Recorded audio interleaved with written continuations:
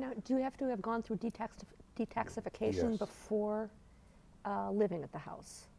Yes. So if someone calls you and wants to live there, do you and they haven't undergone detoxification, do you assist them with that? We have, yes. So you refer them to some Yes. place. What exactly, now I'm using the word detoxification, but what exactly would that entail? Go ahead. Well, when one becomes addicted to drugs or alcohol, there can be problems with coming off the drugs if it's done too rapidly. And there are local physicians who have expertise who provide services in helping to detoxify those who want to quit drinking and drugging. And there are institutions, not in Athens County, but adjacent. Marietta is probably one of the larger referral areas for this part of the country, where men, women can go for a week program where they detoxify. If you detoxify them too rapidly, they may get into blood pressure problems, heart problems, delirium, tremens, psychiatric disorders, and all of that has to be guarded against. Right. So we have a requirement that one must have been off of alcohol and drugs for a minimum of 72 hours prior to admission. And if there's any question, we have our medical director evaluate the patient to check for those issues. Richard, how long do people usually stay at Clem House? What is the general vision of that? And if people relapse, are they allowed to come back? Okay, the answer to your first question is it's 30 to 60 days and determines you don't have to stay the full 60. If we determine, and by me referring to we is the board, I assess each and every individual in that house daily, and write a progress report. And at some point, we'll sit down and we'll look at it and evaluate whether this person is prepared. Because some people can become addicted to wanting to stay at the Clem House.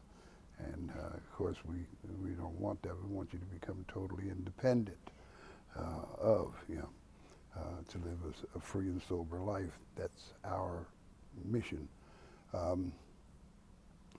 The other question that you posed, we can get back to it. Right. What was the the relapse. Relapse. Oh, right. What If someone happens relapses, if someone relapses, can they come back? If they leave and then relapse, are they allowed to come back? After a while, yes.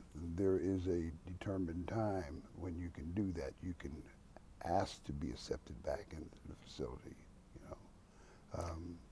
Basically, it's if there's a relapse issue, we want to have some degree of certainty that they're serious. We don't want to be a revolving door.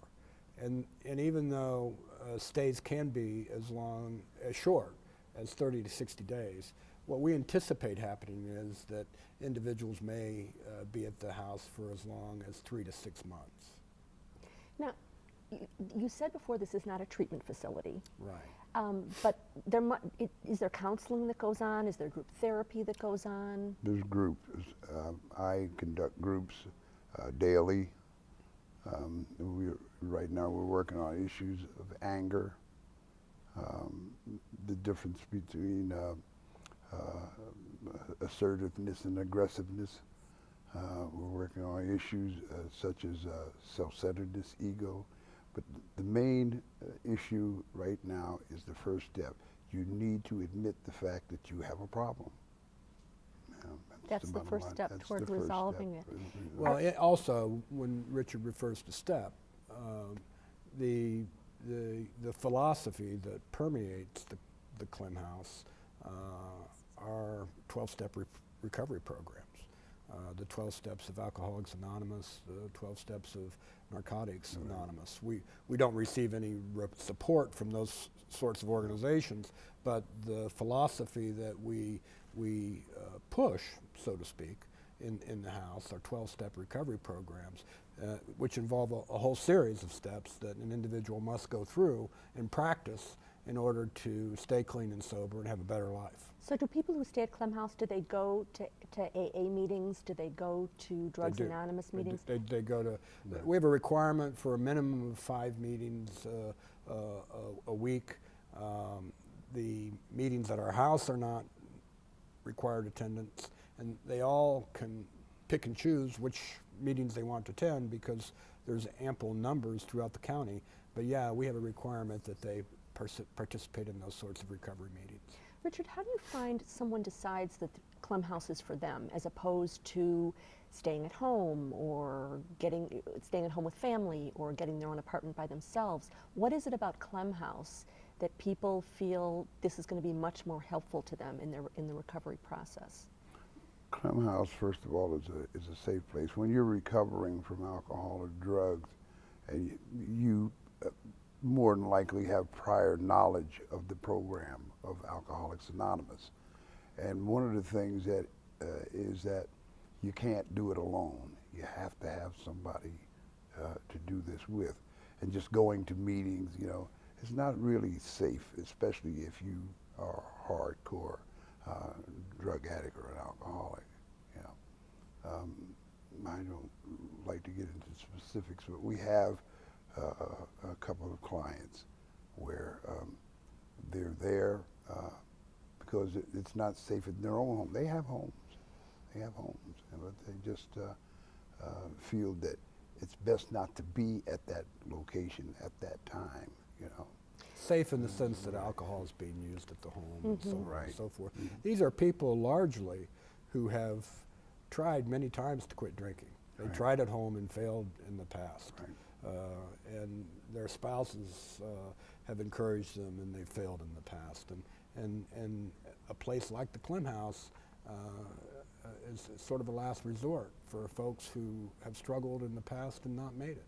Have there been studies done on how well recovery houses work and how, in terms of long-term success, that people who go through recovery houses do a lot better? Well, some better.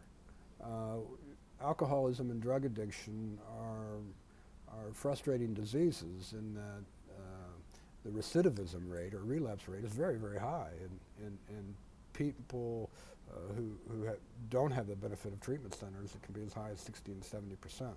But yes, to answer your question, there is research out there that suggests that folks who enter and complete a 3 to 6 month stay in a recovery house have a stronger chance, a greater likelihood of staying sober than those who do not.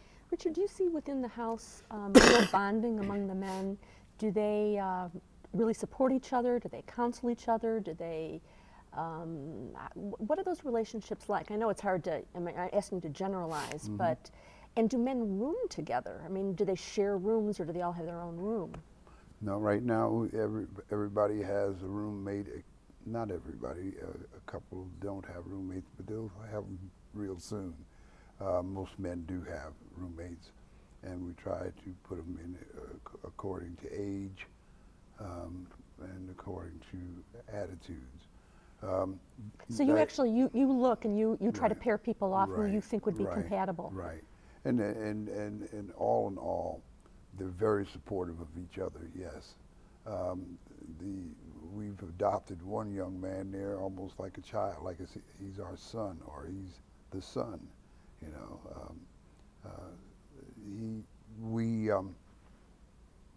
These fellows will tell you if you have a problem or they feel that you have a problem, they'll get in your case about it. They'll tell you about it. You know, I don't have to. They have chores. They do chores around the house. Do they do their own cooking, cleaning of the house? They do their own cooking, their own cleaning. We start the day off with a daily meditation, and then we'll talk about, after the daily meditation, we'll talk about what's going to happen with each and every individual today. What are you going to do today? What's on your mind? You know, where are you going?